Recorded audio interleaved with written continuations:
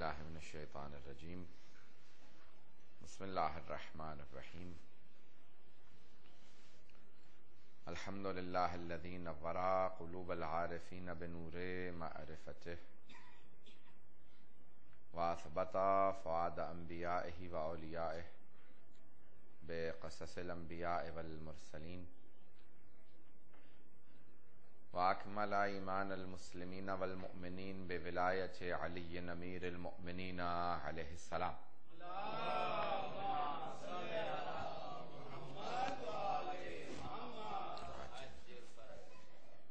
والصلاة والسلام والتحیۃ والاکرام علی افضل الموجودات العبد المؤید والرسول المسدد المصطفى الامجد المحمود الاحمد اعنی ابو القاسم محمد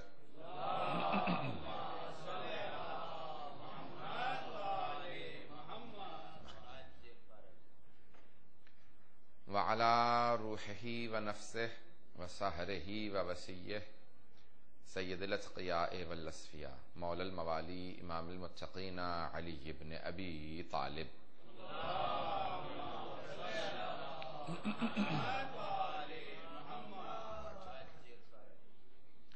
وعلى اوصیائه لا سیما بقیت اللہ فی الارضین روحی وارواح العالمین لتراب مقدمه الفدا واللعنة الدائمة على اعدائهم اجمعین من الآن الى قیام یوم الدین اما بعد فقد قال اللہ الحکیم فی کتابہ الکریم بسم اللہ الرحمن الرحیم اذا جاء نصر اللہ والفتح ورأیت الناس يدخلون فی دین اللہ افواجا فسبح بحمد ربک واستغفر انه كان توابا صدق اللہ العلی العظیم صلوات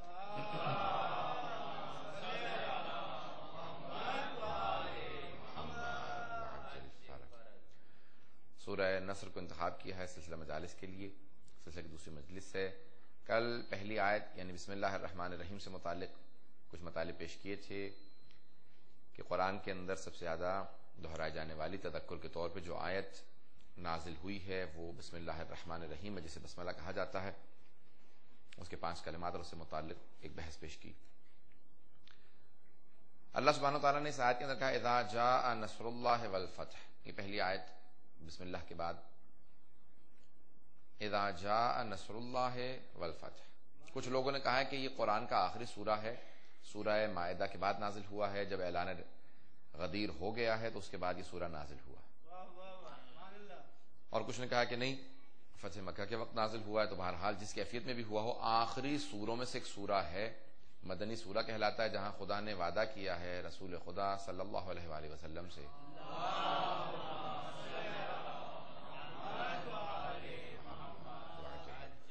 اذا جاء نصر اللہ والفتح،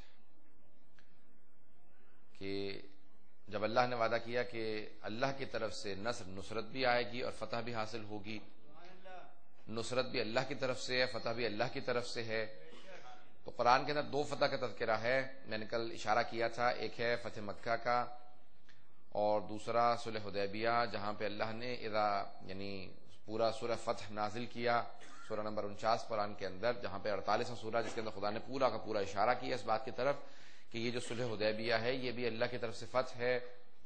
جس طرح سے اللہ نے صلح حدیبیہ میں تھی صلح، لیکن وہاں پہ بھی اللہ نے اشارہ کر دیا کہ یہ فتح مبین ہے، انا فتحنا لک فتحا مبینا، بے شک ہم نے آپ کو کھلی ہوئی آشکار فتح دی ہے۔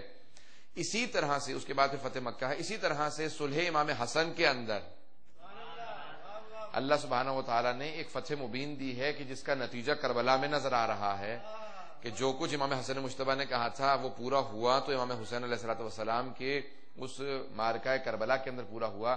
تو بہرحال باریکیاں بے انتہا ہیں۔ یہاں پہ سورہ کے اندر اللہ نے کہا کہ فتح ہے، نصر ہے اللہ کی طرف سے، نصرت بھی اللہ کی طرف سے ہے، فتح بھی اللہ کی طرف سے ہے۔ یہ الفاظ قرآن میں بار بار آتے رہے ہیں۔ لفظ نصر، نصرت بھی بہت زیادہ استعمال ہوا ہے اور فتح بھی استعمال ہوا ہے۔ اللہ نصرت عطا کرتا ہے، وعدہ اللہ کا ہے کہ میں نصرت بھیجوں گا، مدد میں بھیجوں گا۔ اب اگر کوئی بھی کسی بھی شکل میں، کسی بھی صورت میں، کسی بھی ہاتھ کے ذریعے پیغمبر کی مدد کرتا ہے تو اللہ کا وعدہ یہ ہے کہ نصرت ہم نے بھیجی ہے، تو اللہ کی طرف سے آنے والی نصرت کا نام علی ابن ابی طالب ہے۔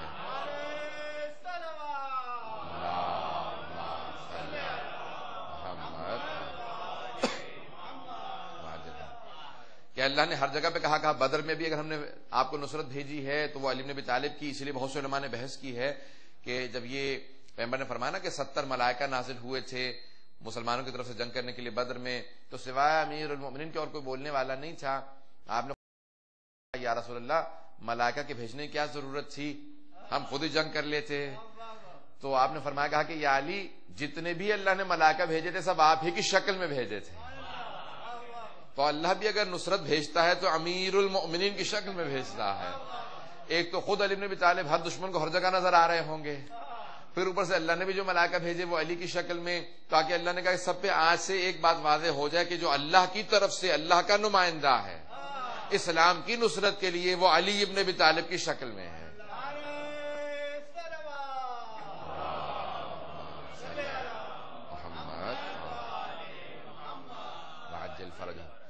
اور سورہ توبہ کے اندر بھی جو اللہ نے آیت نازل کی تو اس میں بھی کہا کہ وَيُعَذِّبُهُمُ اللَّهُ بِأَيْدِيكُمْ, اللہ جب دشمنوں پہ, اپنے دشمنوں پہ, کافروں پہ, مشرکین پہ اپنا عذاب نازل کرے گا وہ تمہارے ہاتھوں کے ذریعے کرے گا.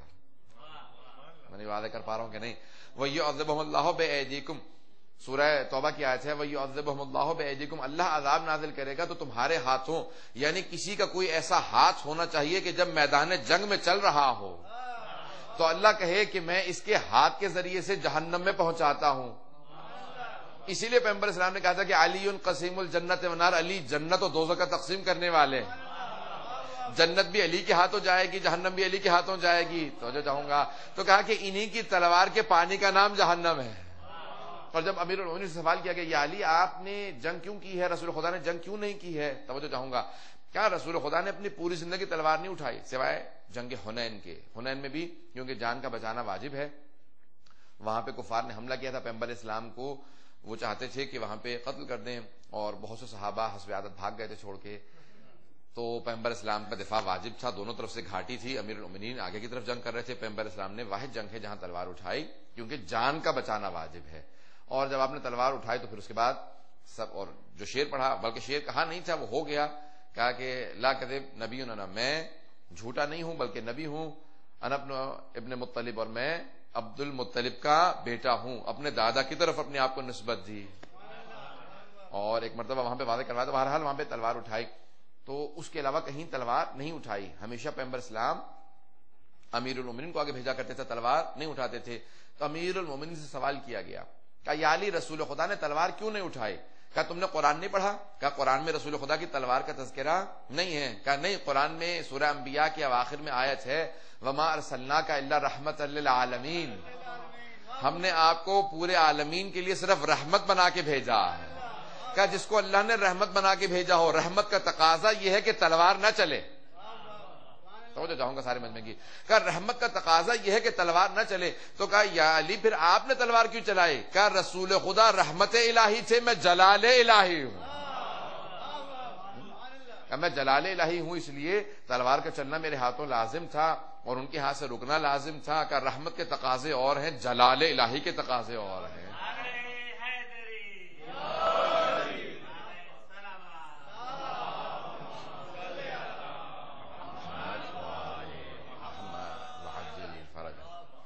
تو آپ نے غور فرمایا, مولا نے ہر چیز کو واضح کیا ہے کہ اگر قرآن کو سمجھنا ہو تو ہم سے سمجھنا, ہم قرآن سمجھائیں گے. اہل بیت کو سمجھنا ہو تو ہم سے سمجھنا, قرآن کی ہر آیت اہل بیت سمجھا سکتے ہیں. خود سے مولا کا اپنا فرمان ہے, کہا کہ قرآن کی آیات کو سمجھنا تو ہم سے سمجھنا, سنت رسول کو سمجھنا تو ہم سے سمجھنا. کہا دونوں کو سمجھانے کے لیے اہل بیت کے پاس آنا. اور جس کے لیے چھٹے امام نے بھی جملہ کہا, میں امیر المومنین کے جملے سے پہلے چھٹے امام کو جملہ پیش کر دوں. آپ نے فرمایا, کہا کہ دیکھو یاد رکھو, وہ لوگ جو کہتے ہیں کہ رسول خدا نے صحابہ کے پاس جو کچھ علم تھا رسول خدا کا دیا ہوا تھا, وہ لوگ جو کہتے ہیں کہ رسول خدا نے صحابہ کو علم دیا, تو جس نبی نے صحابہ کو علم دیا تو کیا وہ اہل بیت کو علم نہ دیتے؟ کہا کہ اگر تم یہ نہیں مانتے کہ ہمارا علم لدنی ہے, ہم معصوم ہیں, ہم اللہ کے نمائندے ہیں, حجت خدا ہیں, امام ہیں, تو کم از کم یہ مان لو کہ ہم اہل بیت رسول ہیں. کہ جب اہل بیت رسول خدا کی اہل بیت ہیں, ان کی آل ہیں, تو آل محمد ہونے کے بھی تقاضے ہیں.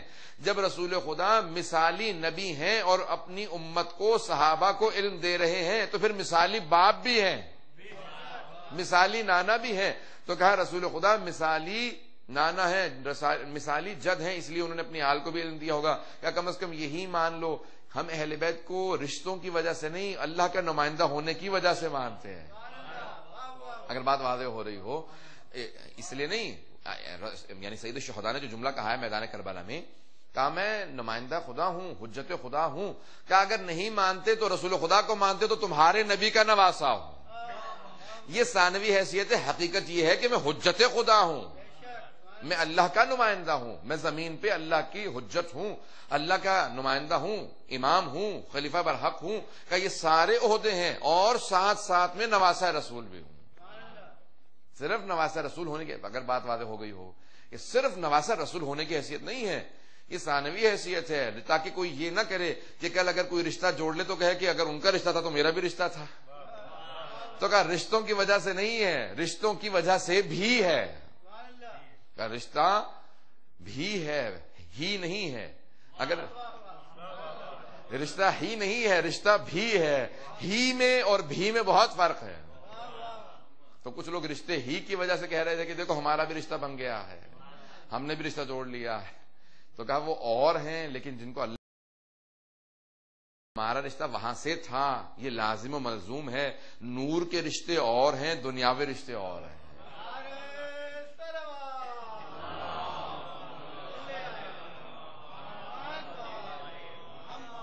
عاجل فرجاؤں. تو امیر المؤمنین نے جس جملے کو پیش کیا، کہا کہ دیکھو قرآن کی آیات کو سمجھنا ہو تو ہم سے سمجھنا، کہا مجھ سے سمجھنا، مجھ سے پوچھنا. رسول خدا کی سنت کو سمجھنا ہو، احادیث کو سمجھنا ہو تو مجھ سے سمجھنا. کہا یاد رکھو میں رسول خدا کے ساتھ ہر مقام پہ تھا، اس لیے آیات میں سمجھا سکتا ہوں، روایات میں سمجھا سکتا ہوں. کہا سیرت کو میں سمجھا سکتا ہوں، رسول خدا کی زندگی کو میں سمجھا سکتا ہوں. کہا جیسا میں سمجھاؤں گا ویسا کوئی نہیں سمجھا سکتا. ہر آیت کو میں سمجھاؤں گا کیونکہ میں ہر جگہ پہ رسول خدا کے ساتھ تھا. میں شان نزول بھی جانتا ہوں، محل نزول بھی جانتا ہوں، کیونکہ میں رسول خدا کے ہر مقام پہ ساتھ تھا. کہ کچھ مکے میں ساتھ تھے مدینے میں نہیں تھے، کچھ مدینے میں تھے مکے میں نہیں تھے. کہ لیکن میں مکے میں بھی تھا، مدینے میں بھی تھا، میں گھر میں بھی تھا، مسجد میں بھی تھا. توجہ چاہوں گا، میں رسول خدا کے ساتھ گھر میں بھی تھا، مسجد میں بھی تھا، صلح میں بھی تھا، جنگ میں بھی تھا، فرش پہ بھی تھا، عرش پہ بھی تھا. کہ میں رسول خدا کے ساتھ ہر مقام پہ تھا. کہ اس لیے آیات کو سمجھنا ہو تو مجھ سے سمجھنا. میں جانتا ہوں، تعویل کو بھی جانتا ہوں، تفسیر کو بھی جانتا ہوں، محکم بھی جانتا ہوں، متشابہ بھی جانتا ہوں. کہ جس طرح سے قرآن میں یہ سب چیزیں ہیں، احادیث میں بھی ہیں. میں رسول خدا کے ساتھ ہر مقام پہ تھا، اس لیے آیات کو مجھ سے سمجھنا، کسی اور سے نہ سمجھنا. آیات سمجھانے بیٹھے گا کچھ اور سمجھا دے گا. اور قرآن نے بھی کہہ دیا کہ اگر کچھ قرآن کو سمجھنا ہوگا تو پھر اہل بیت سے سمجھنا، کیونکہ اہل بیت قرآن کو حقیقتاً سمجھتے ہیں. اور بہت سے ایسے تھے کہ جن کے پاس آیات کو لے کے گئے کہ سمجھا دیجئے. کہ مجھے تو سمجھ میں نہیں آ رہی ہے، اپنی بیٹی سے پوچھ لیتا ہوں، شاید وہ سمجھ گئی ہوں. تو اتنی باریکیاں تھیں کہ لوگ پہچان نہیں پا رہے تھے کہ آیات سے متعلق کیا کہیں گے. جب اہل بیت کے پاس آتے تھے وہ سمجھاتے تھے کہ آیت نے کیا کہا ہے. تو کہا اذا جاء نصر اللہ والفتح، اللہ کی طرف سے نصرت بھی آئی ہے، فتح بھی اللہ کی طرف سے آئی ہے. اگر ذہن میں رکھیں تو میں کچھ مطالب پیش کرنا چاہتا ہوں. اب لفظ فتح اللہ نے استعمال کیا قرآن کے اندر اور مقامات پہ بھی ہے. جو مجھے بحث پیش کرنی ہے، رسول خدا سے متعلق بہت سے لوگوں نے بہت سی آیات کو لے لیا، باطن کو نہیں سمجھا، اور ظاہر کو لینے کے بعد تعویل کو نہیں پوچھا اہل بیت سے کہ اس کی تعویل کیا ہے، اس کو سمجھیں گے تو کیسے سمجھیں گے، اور وہ اسی وجہ سے گمراہ ہو گئے. قرآن کی آیت ہے، اب آپ کہیں گے کہ آیت سے کیسے کو گمراہ ہو سکتا ہے. قرآن ہی کی آیت ایک اور پیش کر دیتا ہوں. سورہ بقرہ کی آیت ہے کہ یہدی بہ کثیرا ویضل بہ کثیرا وما یضل بہ الا الفاسقین. قرآن ہی کی آیات پڑھنے سے بہت سے لوگ ہدایت بھی پا جاتے ہیں، بہت سے گمراہ بھی ہو جاتے ہیں. قرآن کی آیت ہے سورہ بقرہ کی، وما یضل بہ الا الفاسقین. اللہ کہتا ہے لیکن گمراہ کوئی نہیں ہوتا قرآن پڑھ کے سوائے ان کے جو فاسق ہو، جن کے پہلے ہی دل کے اندر کوئی نہ کوئی فسق ہو، کوئی نہ کوئی انجسٹس ہو، کوئی نہ کوئی بے عدالتی ہو، کہ وہی گمراہ ہوتے ہیں. تو کہا قرآن کی آیات سے بہت سے لوگ گمراہی کا شکار ہو جاتے ہیں جب اہل بیت سے تعویل نہیں پوچھتے. ہم قرآن کی صرف تفسیر کے قائل نہیں ہیں، تعویل کے قائل بھی ہیں. یہاں روک کے بات کو کہوں گا، ہم صرف تفسیر کے قائل نہیں ہیں کہ قرآن میں تفسیر ہے، بلکہ تعویل کے قائل بھی ہیں. وَلَا يَعْلَمُ تَعْوِيلَهُ إِلَّا اللَّهُ وَالرَّاسِخُونَ فِي الْعِلْمِ. اور قرآن کی تعویل کو کوئی نہیں جانتا سوائے اللہ کے اور وہ جو راسخون فی العلم، جو علم میں اترے ہوئے ہیں، علم ان میں نہیں اترا ہوا. بہت فرق ہے. دیکھیے میری ایک ظرفیت ہے، میں 1 گلاس پیوں گا پانی، 2 3 10 ایک لمٹ آئے گا، اس کے بعد کہوں گا اس سے زیادہ پانی نہیں پی سکتا. لیکن اگر یہ کہا جائے مثال کے طور پانی مجھ میں اترا ہوا ہے، لیکن اگر کہا جائے کہ میں پانی میں اترا ہوا ہوں،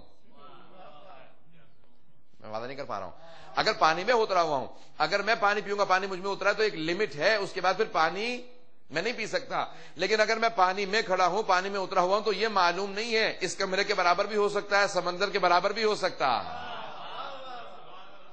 اگر بات واضح ہوئی ہو تو کیا علم اس میں ہے، کہ یہ علم میں اترا ہوا ہے. احاطہ اس کی ظرفیت سے نہیں ہے، جتنا علم ہے اس کا پورے پہ تسلط ہے.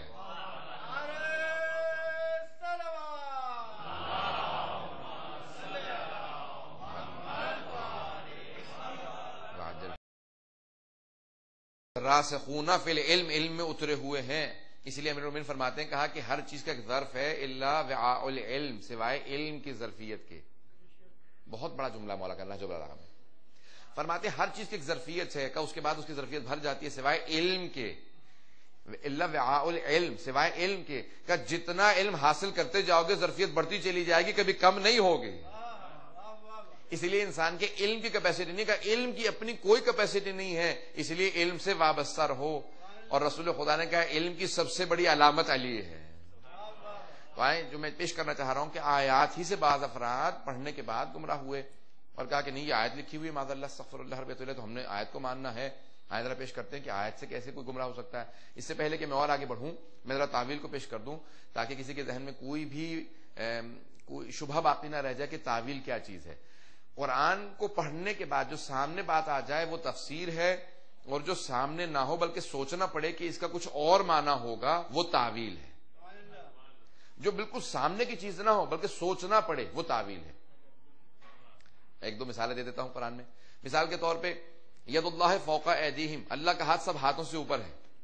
بہت سے مسلمانوں نے اس آیت کی ترجمہ یہ کیا ہے کہ روز قیامت جب سب ہاتھ اٹھائیں گے جو سب سے اوپر ہاتھ ہوگا وہ اللہ کا ہوگا. یہی پیش کیا. ہمارے ائمہ سے پوچھا گیا تو آپ نے کہا کہ ید اللہ فوق ایدیہم، اللہ کا ہاتھ سب ہاتھوں سے اوپر ہے، یعنی اللہ کی قدرت کا قدرت الہی کا ید اللہ ائمہ اہل بیت علیہ السلام کا قدرت الہی مراد ہے کہ اللہ کا جو حجت ہوگا وہ ہر پہ قدرت رکھتا ہے. کہ قدرت الہی ہر قدرت سے بالاتر ہے، ہر طاقت سے بالاتر ہے. توجہ ہے لوگوں کی میرے ساتھ. تو کہا ید اللہ فوق ایدیہم، اللہ کا ہاتھ، یعنی یہ ظاہری ہاتھ نہیں ہے، ظاہری ہاتھ مراد نہیں لے سکتے. اب یہ ایک آیت تھی. اسی طرح سے اور بہت سی آیات ہیں جہاں تعویل کرنی پڑتی ہے، اور اب بہت سی جگہوں پہ وہ کہتے ہیں نہیں تعویل کرنے کی ضرورت ہی نہیں ہے بلکہ ظاہر کو لے لیا جائے. اللہ نے کہا لسان اللہ، اس کا مطلب اللہ کی زبان ہے. میں نے کل پیش کیا تھا نا، کچھ لوگوں نے کہا اللہ کی آنکھیں ہیں، پاؤں، ہاتھ، سب چیزیں مان کے بیٹھ گئے، ہر چیز کو ظاہری لیا، تعویل کو نہیں مانتے. اہل بیت کے ماننے والے تعویل کے قائل ہیں. جب عبداللہ بن باز جو کہ سعودیوں کا یا یہودیوں کا جو بھی کہہ لیجیے ان کا سب سے، اور سلفیوں کا یا وہابیوں کا جو بھی اصطلاحات آپ نے بنا رکھی، مختلف اصطلاحات ہیں، چاہے جتنی مرضی اصطلاحات بنا لیجیے، وجود ایک ہی ہے، مخارجی ہیں. انہوں نے اپنی اصطلاحات بنا رکھی تھی. انہوں نے کہا کہ جو ہے قرآن کی تعویل جائز نہیں ہے، جو کچھ قرآن میں اپیرنٹ میننگ ہے، سامنے جو بات آ رہی ہے بس وہی مانو. اور انہوں نے یہی آیت اللہ مسلم حکیم جب حج پہ گئے تھے 1968 میں، تو انہوں نے ان سے یہی کہا. عبداللہ بن باز کو فیصل نے بلایا، کہا کہ بھی یہ شیعوں کے مرجع ہیں، ان کو بلایا لگی تو تعارف کروایا آقا مسلم حکیم کا، آیت اللہ مسلم حکیم کا. جیسے ان کا تعارف کرا تو عبداللہ بن باز جو ہے وہ نابینا تھا، دیکھ نہیں پاتا تھا، ویل چیئر پہ تھا، نابینا تھا. اس نے فوراً کہا بھائی یہ کون ہے؟ کہا کہ آیت اللہ سید محسن الحکیم، شیعوں کے بہت بڑے محقق. تو اس نے فوراً کہا کہ بھی لعنت ہو. جیسے کہ لعنت ہو تو انہوں نے کہا میں تو سمجھتا تھا تم لوگ تبرہ کے قائل نہیں ہو. بات واضح ہو رہی ہے. تو اس نے کہا نہیں میں تمہارے سے متعلق کہہ رہا ہوں. یعنی اس کو وہ سمجھ گیا کہ یہ اشارہ کہاں پہ لے گئے. یعنی میں تمہارے سے متعلق کہہ رہا ہوں. کیوں مجھ سے متعلق کیوں کہا ہے؟ فیصل نے کہا کہ چھوڑیں بات کو، کھانا کھائیں. اس نے کہا نہیں یہ بات آگے جب تک کھانا نہیں ہوگا، جب تک یہ واضح نہ کرے اس نے کیوں کہا. کہا کیونکہ آپ لوگ تعویل کے قائل ہیں. قرآن کے کہتے ہیں آپ لوگ ظاہر کو نہیں مانتے، آپ کہتے ہیں نہیں بعض آیات کی تعویل کرنی پڑتی ہے، ڈیپر میننگ لینا پڑتا ہے. یعنی ایک ہے ٹرانسلیشن اور ایک ہے انٹرپریٹیشن، یعنی آپ انٹرپریٹ کرتے ہیں، بعض جگہوں پہ ترجمے کو نہیں مانتے بلکہ کہتے ہیں اس کی تعویل کرنی پڑے گی، ظاہری لفظ کو نہیں لے سکتے، یعنی وہاں پہ لٹرل میننگ کو نہیں لے سکتے بلکہ وہاں پہ ڈیپر میننگ لینی پڑیں گے. توجہ ہے نا لوگوں کی میرے ساتھ؟ تو ہم لٹرل میننگ کو بہت سی جگہوں پہ قرآن میں نہیں مانتے کیونکہ ہمارے ائمہ نے منع کیا ہے. تو کہا کہ اس لیے میں نے کہا کہ تم پہ لعنت. انہوں نے کہا اچھا ٹھیک ہے، تمہیں عربی آتی ہے؟ اس نے کہا مجھ سے کہہ رہے ہو، میں تو ہوں ہی عرب. کہا قرآن جانتے ہو؟ کہا میں تو 9 سال کی عمر میں حافظ قرآن بن گیا تھا. اس نے کہا اچھا تو حافظ قرآن ہے، میں آیت پڑھتا ہوں، ترجمہ تو بتا دے. انہوں نے کہا کیا آیت ہے؟ انہوں نے کہا کہ من کان فی ھذہ اعمی وہو فی الآخرۃ اعمی واضل سبیلا، جو دنیا میں اندھا ہے وہ آخرت میں اندھا ہی رہے گا.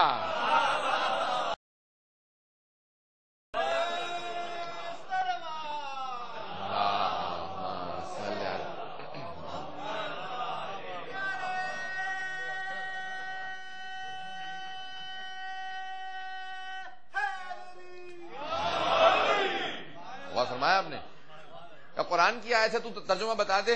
اب وہ چپ. فیصل نے کہا کیا بات ہے اس کا، تجھے ترجمہ نہیں آتا؟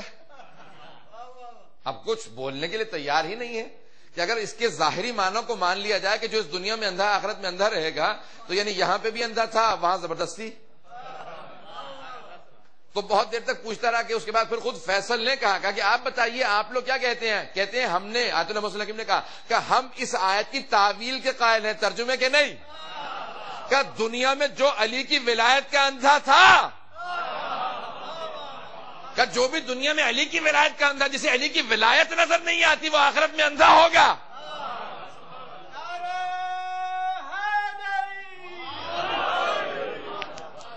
جس شخص کو دنیا میں علی کی ولایت نظر نہ آتی، اتنی واضح سی چیز نظر نہ آتی ہو، وہ اندھا ہی رہے گا آخرت میں. تو اس وقت فیصل نے کہا کہ اس سال عبداللہ بن عباس نے کہا کہ اس سال تم حج میں نماز نہیں پڑھاؤ گے، یہ پڑھائیں گے. تو یہ 20ویں صدی کے اندر سعودیوں کے ہوتے ہوئے آج محسن حکیم نے 1968 میں حج پہ نماز پڑھائی. کہا کیوں؟ کہا کہ اس سے یہ شیعہ کو کیوں دے دی نماز، یہ رافضیوں کو جماعت دے دی ہے. کہا کہ یہ ہمیں نہیں دی گئی ہے، دی نہیں کی ہے، علم سے لی ہے. کہ یہ علی بن ابی طالب کا صدقہ ہے کہ ان کے باب مدینۃ العلم کے ماننے کی وجہ سے.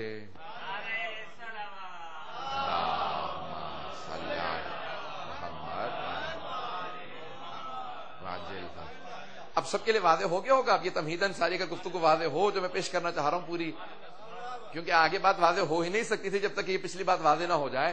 ہم قرآن کی تعویل کے قائل ہیں. ہر جگہ پہ ہم ظاہری لفظ کو مانتے ہی نہیں ہیں. ہم کہتے ہیں کہ جو ہمارے ائمہ بتائیں گے ہم اس کو مانیں گے. جو ائمہ کی تفسیر سے بات ٹکرا جائے اسے نہیں قبول کرتے، ائمہ کی تفسیر کو مانتے ہیں. جب امام علیہ السلام نے کہہ دیا تو جس طرح سے بہت سے ائمہ سے جب کہا گیا لفظ، اب میں 3-4 الفاظ کی تشریح کرنا چاہتا ہوں، اگر آپ سننا چاہیں ذرا سارے مجمع کی توجہ اگر ہوگی.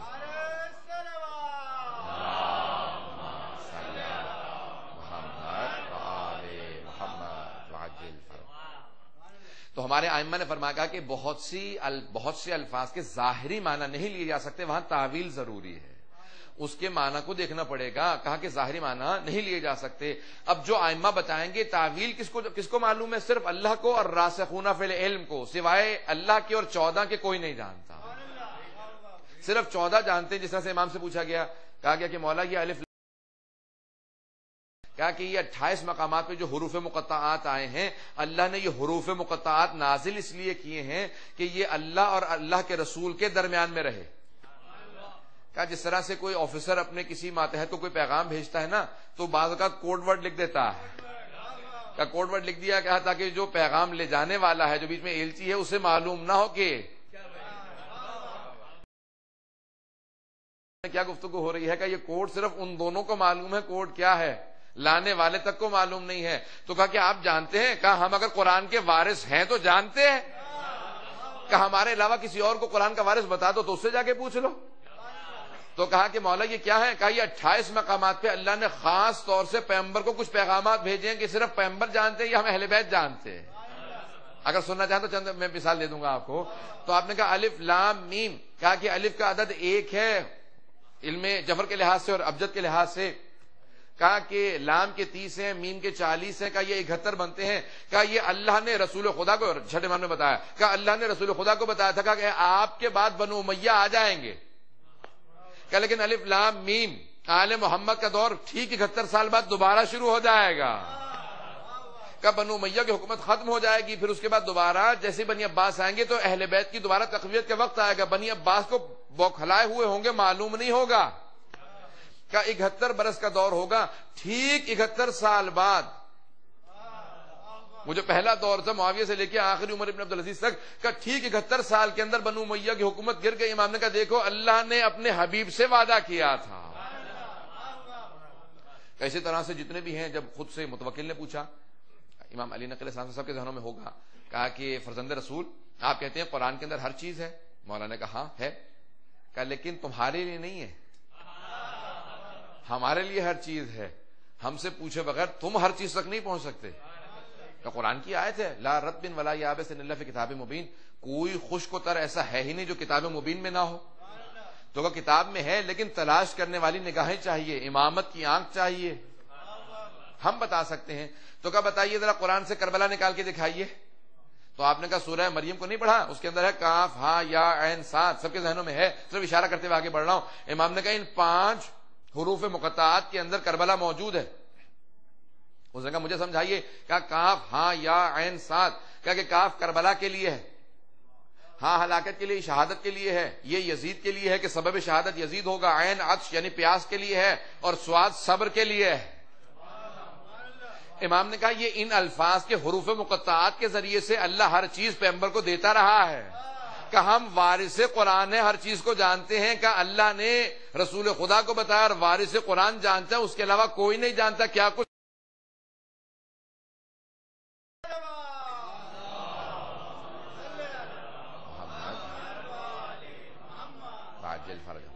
تو اسی طرح سے بہت سی چیزیں موجود ہیں۔ کہا کہ ان حروف مقطعات کو اگر سارے کے سارے حروف کو جمع کر لیا جائے اور ان میں سے جتنے بھی تکراری الفاظ حروف ہیں، ریپیٹڈ ہیں، ان سب کو نکال دیا جائے تو اس کے بعد اگر ایک ہی جملہ بنایا جائے تو ایک ہی جملہ بنتا ہے صراط علی حق و نمسکہ، علی کا راستہ حق ہے، ہم اس سے متمسک ہیں۔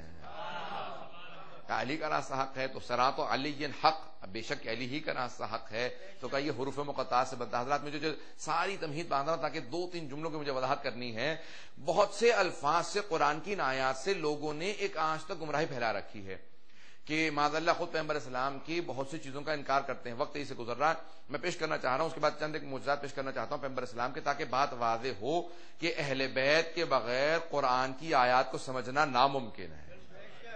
جب تک کہ اہل بیت کی طرف رجوع نہیں کریں گے تب تک بات واضح ہی نہیں ہو سکتی، تب تک آیات کی تفسیر و تعویل سامنے آ ہی نہیں سکتی جب تک کہ اہل بیت نہ سمجھائیں۔ تو بہت سے الفاظ پوچھے گئے۔ سورہ فتح، جس طرح سے یہ سورہ نصر جو میں نے انتخاب کی، اذا جاء نصر اللہ والفتح، تو نصر اور فتح 2 الفاظ استعمال کیے گئے۔ یہی لفظ فتح دوبارہ ان فتحنا لک فتحا مبینا، بے شک کہ ہم نے آپ کو فتح مبین عطا کی ہے۔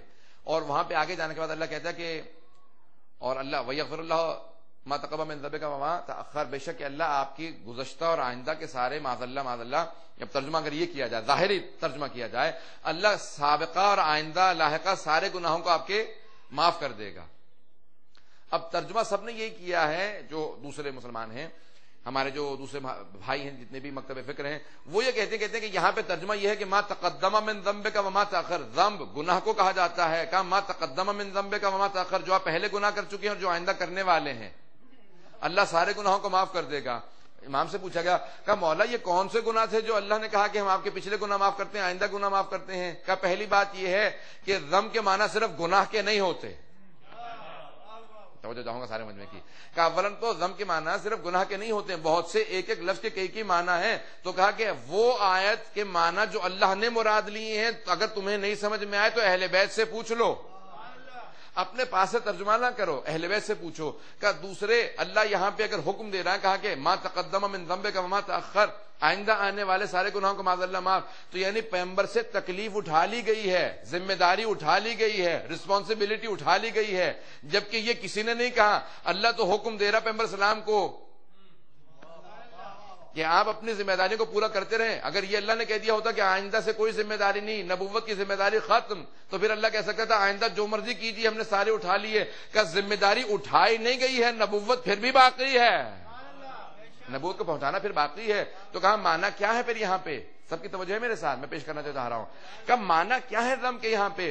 کہ اللہ یہ کہہ رہا تھا کہ اے میرے حبیب فتح مکہ سے یہ جو قریش مکہ کے ذہن میں آپ کے گناہ بیٹھے ہوئے تھے کہ آپ نے ان سے کہہ دیا تھا سارے بتوں کو گرا دو، ان میں سے کوئی خدا نہیں ہے، تو ان کے ذہنوں میں سب سے بڑے معاذ اللہ گناہگار آپ تھے کہ آپ بتوں کا انکار کر رہے تھے کہ اے حبیب فتح مکہ کے ذریعے ان سب کے ذہنوں کو صاف کر دوں گا.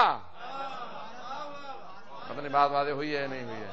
کہ سب کے ذہنوں میں بات واضح ہو جائے گی کہ جسے ہم گنہگار سمجھ رہے تھے اللہ نے اسے فاتح بنا کے بھیجا ہے. تو کہ ان کے ذہنوں سے صاف کرنا مراد تھا معاذ اللہ، یہ نہیں تھا کہ پیغمبر کے گناہ ہیں.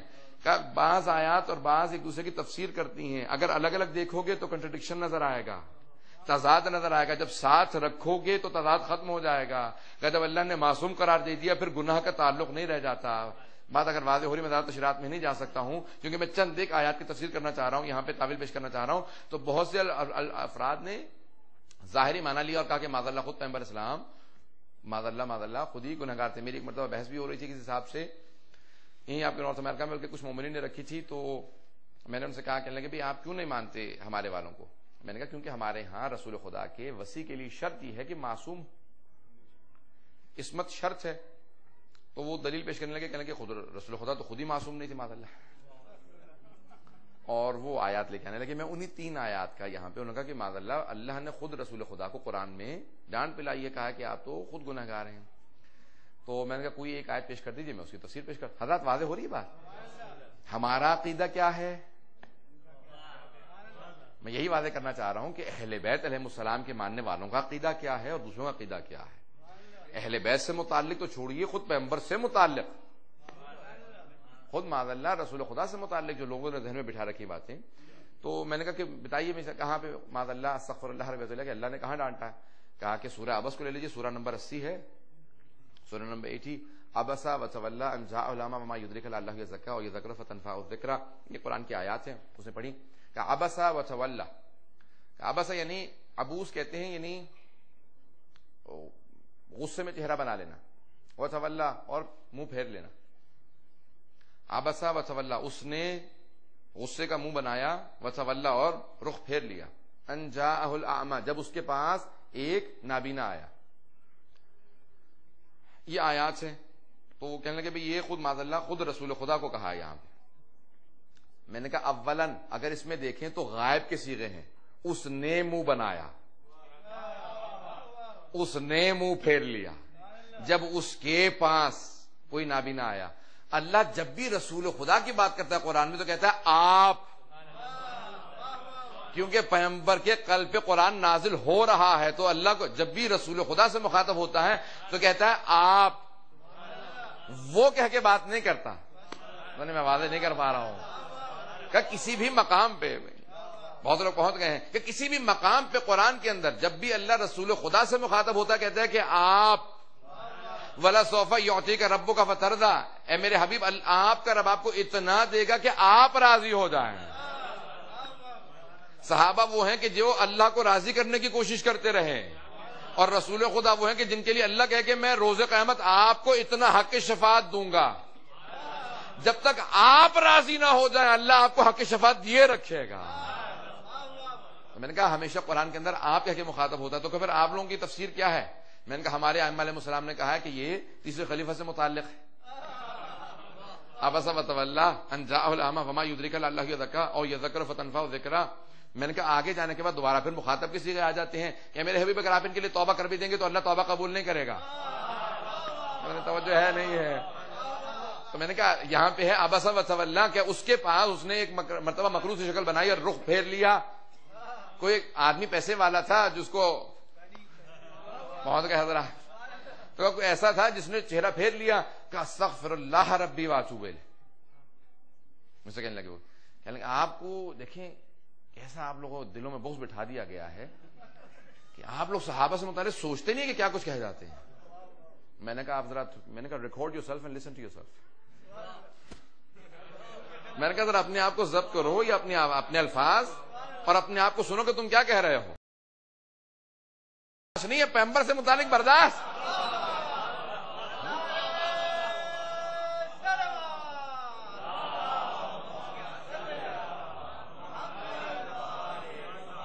بات واضح ہوئی؟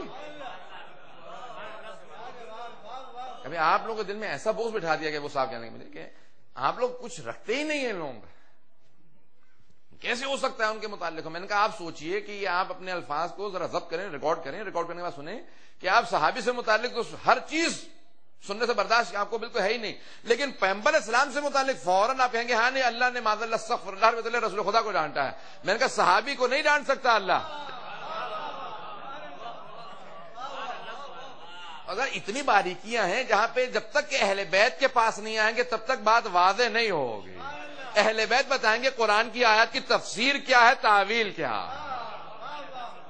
اور جو تیسری آیت ہے وہ بھی سن لیجئے، اب یعنی یہاں تک بات پہنچائی ہے تو سورہ ضحیٰ جو پورا سورہ ہے، بسم اللہ الرحمن الرحیم، والضحیٰ واللیل اذا سجی ما ودعک ربک وما قلی وللآخرۃ خیر لک من الاولی۔ بہرحال سورہ پورا 11 آیات ہیں۔ کیا ووجدک ضالا فہدی، یہ آیت الم یجدک یتیما فآویٰ، اے میرے حبیب ہم نے آپ کو یتیم پا کے گود نہیں لے لیا۔ ووجدک ضالا فہدی ووجدک عائلا فاغنی، اور بعد والی آیت ہے اور ہم نے آپ کو بے مایا پا کے دولت نہیں دے دی۔ یہاں پہ 2 آیات کی تشریح کروں گا، بیچ میں رسول خدا سے متعلق اس کی مجھے تعویل کو پیش کرنا ہے چھٹے امام علیہ السلام کی حدیث کی روشنی میں۔ اللہم صلی اللہ حضرات، یہ علمی موضوعات ہیں، میں اس کو جتنا آسان ہو سکتا ہے آسان بنا کے پیش کر رہا ہوں، اس سے زیادہ آسان بنایا نہیں جا سکتا۔ یہ پورے علوم قرآن کی بحثیں جس کو سمپل اور سمپلیفائی کر کے پیش کر رہا ہوں۔ تو جتنے بھی یہ پیچیدہ بحثیں ہیں بہت ہی ائمہ علیہ السلام نے آسان طریقے سے حل کیے کہ کوئی بھی آدمی سمجھ لے۔ اگر ہمارے ائمہ نہ بتاتے تو آج تک دنیا پریشان رہتی۔ آج ہم بھی سوچ رہے ہوتے کہ ان آیات کی تعویل کیا ہے، ہم بھی سوچ رہے ہوتے تو ہمارے ائمہ نے بتایا۔ میں خدا کی قسم یہ عقیدہ رکھتا ہوں، یہ خطابت نہیں ہے، میرا یقین ہے کہ کوئی ایسا مسئلہ نہیں ہے، کوئی ایسا سوال نہیں ہے، کوئی ایسا شبہ یا اشکال نہیں ہے قرآن سے متعلق یا علم سے متعلق یا دین سے متعلق جو قیامت تک آنے والا ہو اور ہمارے ائمہ نے اس کی تفسیر کو پیش نہ کیا ہو۔ ہر مسئلے کا جواب دے گئے ہیں، ہمیں تلاش کرنے کی ضرورت ہے، صرف تلاش کرنے کی ضرورت ہے، انہوں نے ہر چیز کا جواب دے دیا ہے۔ تو آئے ذرا دیکھیں، یہاں پہ پہلے کہا کہ اے میرے حبیب کہ ہم نے آپ کو یتیم پا کے گود میں لے لیا۔ سب نے سن رکھی ہے حضرات، یہ آیات سن رکھی ہیں، کیا ہم نے آپ کو بے مایا پا کے دولت نہیں دے دی؟ سب کے سب جانتے ہیں کس نے گود لیا تھا، سب کے سب جانتے ہیں کس نے دولت دی تھی۔ حضرات پورے قرآن کو اٹھا کے دیکھ لیجئے، خدا نے کبھی بھی کسی کافر تو کیا کسی مومن کے فعل کو اپنا فعل نہیں کہا۔ بڑی ذمہ داری سے پیش کر رہا ہوں، کافر تو کیا کسی مومن کے فعل کو اپنا فعل نہیں کہا، کسی مومن کے فعل کو اپنا فعل نہیں کہا، صرف رسول خدا کے فعل کو اپنا فعل کہا۔ توجہ سارے مجمع کی توجہ میرے ساتھ ہو۔ کیا وما رمیت اذ رمیت ولکن اللہ رما، اے میرے حبیب یہ کنکریاں آپ نے نہیں ماری ہیں، یہ جو شیاطین کو آپ کنکریاں مار رہے ہیں یہ کنکریاں آپ نے نہیں ماری، یہ اللہ کنکریاں مار رہا ہے۔ یعنی جو اتنا پاکیزہ اور عصمت کا فعل ہو، اتنا پاکیزہ فعل ہو کہ اللہ کہے کہ نہیں یہ آپ کا نہیں یہ میرا فعل ہے، تو 2 ایسی ہستیاں ہیں جن کے فعل کو اللہ نے اپنا فعل کہا ہے۔ ایک جناب ابو طالب ہے، دوسرا جناب خدیجہ۔ کہ ابو طالب یہ اتنا بلند فعل ہے، آپ کا نہیں یہ میرا فعل ہے۔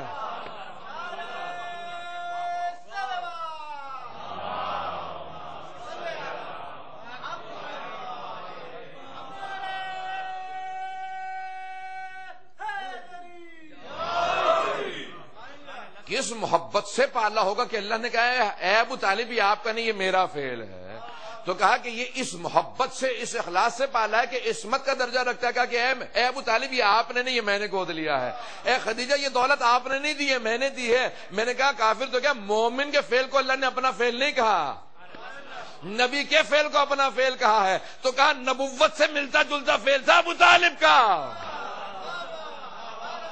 کہ اتنا بلند کردار تھا، اتنا پاکیزہ کردار تھا۔ اے میرے ابو طالب آپ نے اس پیار سے ایک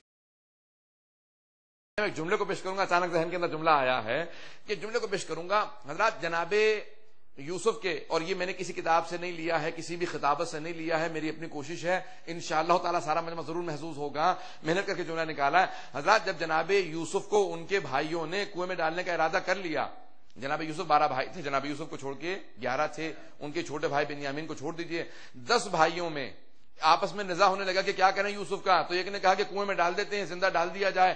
ایک بھائی تھا جس کا نام لاوی بتایا گیا ہے، عربی میں انگلش میں لاوی کہتے ہیں. تو کہا ایک بھائی ہے, حتیٰ بائبل نے مینشن کیا ہے, کہا ایک بھائی ایسا تھا جو باقی بھائیوں کو روک رہا تھا, کہا مت ڈالو کنویں میں.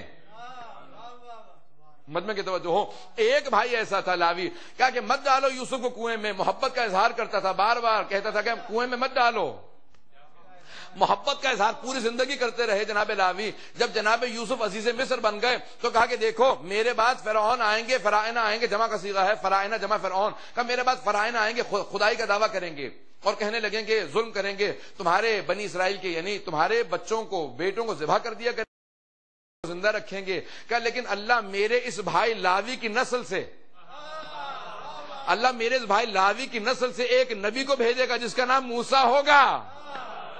اللہ اس نبی موسیٰ کے ذریعے سے تم لوگوں کو فرعون کے ہاتھوں نجات دلائے گا. کہ میرے اس بھائی لاوی کی نسل سے, سارے مجمع کی توجہ میرے ساتھ ہو, کہ دیکھو میرے اس بھائی لاوی کی نسل سے ایک نبی موسیٰ آئے گا.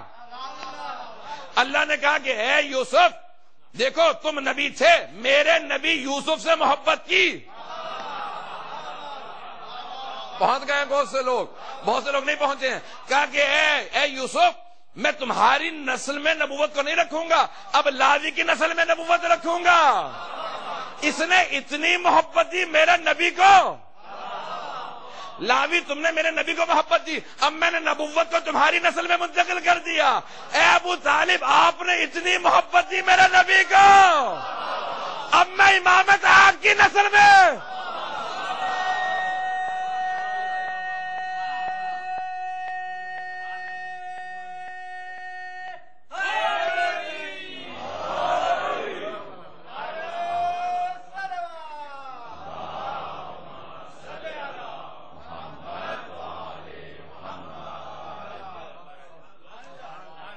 کہ ابو طالب آپ نے اتنی محبت دی ہے, اب میں امامت کو آپ کی نسل میں منتقل کر دوں گا. قیامت تک کے لیے امامت باقی, اور جب بھی کہیں گے تو کہیں گے 12 اماموں کے باپ کا نام ابو طالب ہے, جن کے آخری بیٹے کے پیچھے جناب عیسیٰ نماز پڑھے ہیں. تو بنی اسرائیل کے جو آخری نبی ہیں جناب عیسیٰ, کہا وہ بھی آئیں تو جناب امام مہدی کے پیچھے نماز پڑھیں. کہا کون ہے؟ کہا یہ ابو طالب کے 12. اللہ اکبر, اتنی محبت دے کہ اللہ کہے کہ اس کا فعل میرا فعل ہے. جناب خدیجہ کی دولت کے نچھاور کرنے کو اللہ کہے کہ دیکھو اے خدیجہ یہ آپ کا نہیں, یہ میرا فعل ہے. تو وہاں پہ جو بیچ میں آیا تھا ووجدک ضالا فہدا, جس کی میں نے کہا نا کہ تعویل کرنا ضروری ہے. ووجدک ضالا فہدا, ضال سنگولر ہے, واحد ہے, جمع ہے ضالین. سورہ فاتحہ میں پڑھتے ہیں کہ پروردگار غیر المغضوب علیہم ولا الضالین, پروردگار نہ ان میں قرار دے جو مغضوب علیہم ہیں, نہ ان میں قرار دے جو ضالین ہیں. اب ضالین کا ایک اگر دیکھا جائے تو ہے ضال. اب یہاں پہ لفظ ہے قرآن کے اندر ووجدک ضالا فہدا, اور اے میرے حبیب اللہ نے آپ کو ضال پایا, فہدا ہدایت دے دی. اب یہاں پہ اگر تعویل نہ کی جائے تو سارے مسلمانوں کا ایمان گیا. تو اب تعویل کو ماننا پڑے گا. میرا پورا موضوع اگر ذہن میں ہو حضرات, شروع سے لے کے چل رہا ہوں کہ جب تک کہ تعویل کو نہیں مانیں گے تب قرآن کا آپ مسئلہ حل نہیں کر سکتے. جب چھٹے امام سے کہا کہ مولا کہ یہ ضال کے معنی کیا ہے, تو میرے مولا نے کہا لوگ کیا کہتے ہیں. مولانا نے کہا لوگوں کا تاکہ جملہ چلا جائے, تاکہ جب تک کہ جملہ چلے گا تب تک لوگوں کے ذہن میں بات صاف ہوتی رہے گی کہ یہ معنی نہیں ہے. کہ لوگ کہتے ہیں کہ معاذ اللہ پیغمبر گمراہ تھے, اللہ نے ہدایت دی. کہ معاذ اللہ جو خود گمراہ رہا وہ دوسروں کو کیا ہدایت دے گا. میں وعدہ کر پا رہا ہوں کہ نہیں, جو خود گمراہ رہا وہ دوسروں کو ہدایت کیا دے گا. اب دیکھیں مسئلہ کیا ہے, انہوں نے بہت سے لوگوں نے کوشش یہ کی ہے, انہوں نے کہا بھی رسول خدا یہاں سے بعد میں آنے والوں کا درجہ تو نہیں, وعدے ہو رہی ہے کہ نہیں.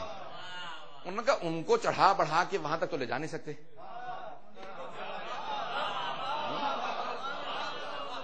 پوری آپ کو سازش سمجھ میں آ رہی. انہوں نے کہا کسی طریقے سے بھی کچھ بھی کر لیں, لوگوں کے سامنے کردار باقی ہے کہ صاحب کا کیا کچھ تھا. کردار واضح ہے, شجر ہر چیز واضح ہے. تو کہ ان کو بڑھا چڑھا کے وہاں تک نہیں پہنچا سکتے. انہوں نے کہا رسول خدا کو اس طرح سے لے آؤ کہ کہیں نہ کہیں لوگ کہیں ویسے ہی. تو معاذ اللہ کا پیغمبر اسلام کو کہا, انہوں نے یہاں تک کہہ دیا, انہوں نے کہا ووجدک ضالا فہدا کو ہمیں کیا کہہ رہے ہو, قرآن میں لکھا ہوا کہ معاذ اللہ خود رسول خدا گمراہ, معاذ اللہ گمراہ تھے, اللہ نے ہدایت دی ہے. ترجمہ اپنا اپنا کر لینا, مانا میں بتا دیتا ہوں. کہ جو عقیدہ اجازت دے دے وہی ترجمہ کر لینا. کا مانا میں بتا دیتا ہوں. کہ ضال کی عربی میں کئی مانا ہے. خود امیر المومنین نے کہا الحکمت ضالۃ المؤمن اینما تجدوہ خذوہ. حکمت و دانائی، علم، نالج مومن کہا گمشدہ چیز کو بھی ضال کہا جاتا ہے، اور پھر گمنام کو بھی ضال کہا جاتا ہے. کہا میرے حبیب آپ جب پیدا ہوئے تھے تو کوئی جانتا نہیں تھا، ورفعنا لک ذکرک اسی کی تفسیر ہے. کہ ہم آپ کے نام کو اتنی شہرت دیں گے کہ پوری دنیا میں سب سے زیادہ رکھا جانے والا نام آپ کا نام ہوگا. کہ وجدک ضالا فہدی، آپ گمنام تھے، پوری کائنات میں ہم نے آپ کے نام کو شہرت عطا کی ہے. امام نے کہا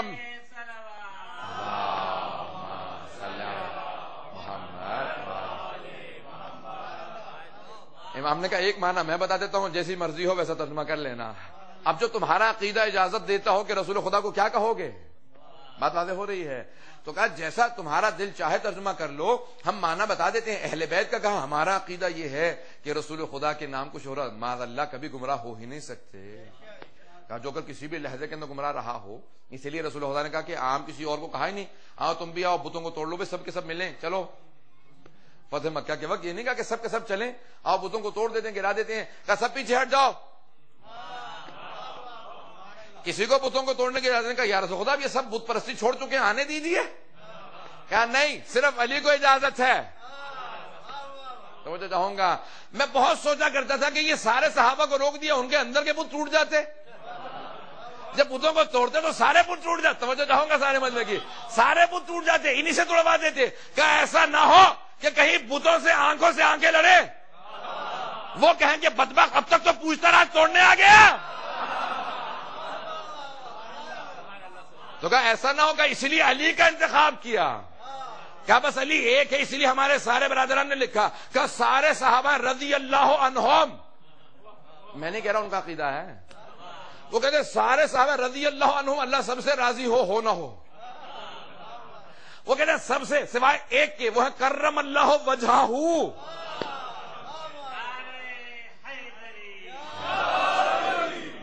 میں بات کو تمام کر رہا ہوں. دیکھیں وہ کہتے ہیں سارے صحابہ رضی اللہ عنہم اللہ سب سے راضی ہو سوائے ایک علی کے. ان کا نظریہ یہ ہے، ہمارا تو ہے علیہ السلام ہے، وہ کہتے ہیں نہیں علی ہے کرم اللہ وجہہ، اللہ نے ان کے چہرے پہ کرم کیا ہے. کیا کرم کیا؟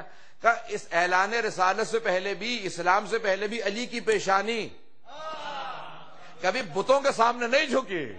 کہ یہ اللہ کا خاص کرم تھا ان کے چہرے پہ، باقی سارے صحابہ بت پرست سے. رسول خدا نے کہا مسلمان ہو جو، سب نے کہا لا الہ الا اللہ اشہد ان لا الہ الا اللہ. کہا سب نے بعد میں کہا علی نے کبھی شرک کیا ہی نہیں. میں توجہ اگر ہو کہ علی نے کبھی شرک کیا ہی نہیں. کہ اس خدا نے کہا کہ علی آپ بتوں کو توڑے. کہ بتوں کا توڑنے والا وہ جس کی پیشانی کبھی نہ جھکی ہو. بت بھی گئے ہمیں فخر ہے علی کے ہاتھوں ٹوٹے ہیں. انہوں نے بھی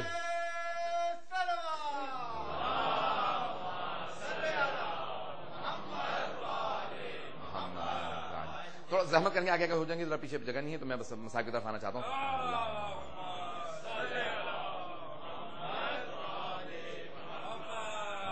پھر بے باز بلند صلاۃ.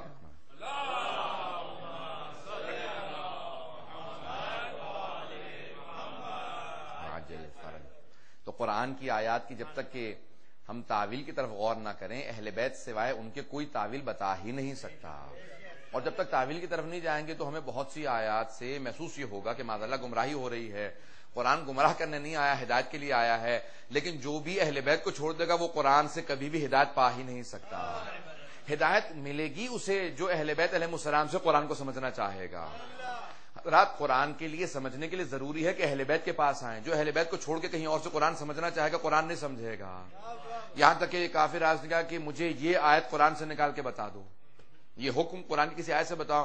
تلاش کرتے رہے، پورا قرآن جمع کر رہے تھے، جمع کر لیا تھا، تلاش کر کے مر گئے. کہا کہ بھئی کہیں سے مجھے جواب نہیں مل رہا. اس کا مطلب ہے تمہارا معاذ اللہ دین جھوٹا ہے. کہا کہ نہیں سنو، کوشش کرتے ہیں کہیں اور سے معلوم کریں. گھر آیا کہ بیٹی اگر کہیں پتا ہو بتا. پہنچ جائیے خدا را، ہر جگہ پوچھ لیا کہ مجھے بھی نہیں پتا، یا تو مجھے بھی معلوم نہیں ہے. تو کہا آؤ علی کے پاس چلتے ہیں. اب کہ یا علی دین پہ وقت آن پڑا ہے، ذرا یہ مسئلہ قرآن سے بتا دیجئے. میرے مولا نے فوراً قرآن اٹھایا، کھولا کہ یہ رہی آیت. کہا یا علی آپ نے تو دیکھا ہی نہیں، پتا کیسے چلا؟ کہا اگر دیکھ کے بتاؤں تو حجت خدا کیسا؟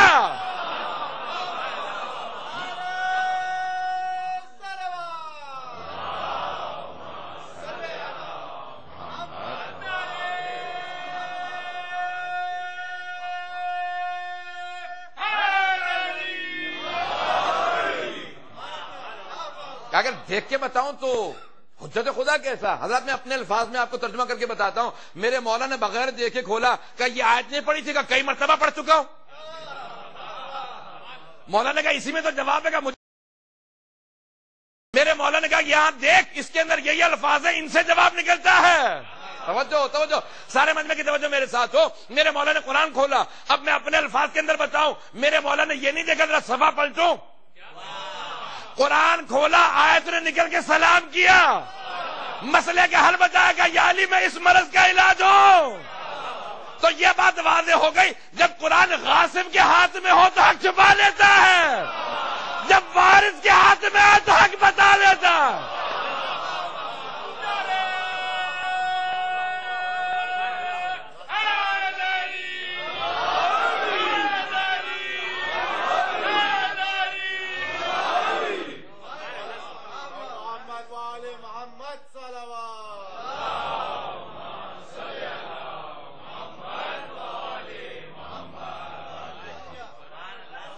جیسے قرآن وارث کے ہاتھوں میں آتا ہے حق بتانے لگتا ہے، خود بخود اپنے راز بتانے لگتا ہے. میرے مولا نے کہا قرآن کو سمجھنا مجھ سے سمجھنا. تو بہت لوگ پریشان تھے کہ ہر آیت کا مسئلہ بتا دیتے ہیں. یہاں تک کہ حضرات اسی کی بات میں فوراً مصحف کی طرف آ جاؤں گا. جب ایک مرتبہ بادشاہ روم نے 10 اونٹوں پہ لاد کے زکات بھیج دی، سونا آیا تھا، سارے کے سارے مسلمان پاگل ہونے لگے کہ اتنا سونا آ گیا ہے اب تو کئی دن تک بیٹھ کے کھائیں گے. اور کچھ لوگوں کو ویسے بیٹھ کے کھانے کی عادت پڑ چکی تھی. پہلے امیر المومنین ہمیشہ جہاں پہ جاتے تھے جنگ میں، اور کئی مرتبہ تو خود رسول خدا نے کہا کہ یا علی اپنے ساتھی 4-5 افراد لے جائیے فتح کر کے واپس آ جائیے. خدا کی قسم میں کچھ مبالغہ نہیں کر رہا ہوں، کتنی ہی جنگوں کے اندر 4-5 افراد ساتھ میں گئے، وہ بھی تبرکن. رسول خدا سوچو کہ اتنے لوگوں کا خرچہ دینے کی کیا ضرورت ہے، بھائی ایک علی بن ابی طالب کو بھیج دیا جائے. تو امیر المومنین خود سے جایا کرتے، جا کے پورا کا پورا لشکر کا پورا نظام بدل دیا کرتے، فتح کرتے، واپس آ جاتے، آنے کے بعد خبر دیتے. تو بہت سے مسلمانوں کو عادت ہو گئی تھی کہ نہ لڑنے کی عادت ہے، تلوار اٹھتی نہیں، پورا کا پورا نظام کہا کہ ہم سے تو لڑا نہیں جاتا ہے. علی بن ابی طالب ہیں واحد 6 سب کو کھلایا کرتے تھے. اب بات کا دور آ گیا تو ایک مرتبہ زکات دے کی سب کے سب پاگل ہونے لگے کہ اتنا سونا ہے اب تو بہت مدتوں تک مدینے والوں کو پیسہ ملتا رہا کرے گا، زکات فنڈ چلتا رہے گا، جیسا طالبان کے لیے پاکستان میں چل رہا ہے. انہیں کی نسل سے کچھ لوگ باقی وہاں سے بھیجتے رہتے ہیں، بہت رہے نا ذرا. تو یہ پورا کا پورا ایک نظام ہے. سارے کے سارے پریشان تھے کہ کیا ہوگا. اس نے آگے کہا کہ ٹھیک ہے زکات ضرور لایا ہوں، لیکن بادشاہ نے 10 سوال بھیجے، جو 10 سوالوں کا جواب دے گا وہی لے سکتا ہے. اب سوالوں سے کسی کا کیا تعلق تھا؟ انہوں نے کہا بتا پہلا سوال کیا؟ اس نے کہا پہلے سوال کے 3 حصے ہیں.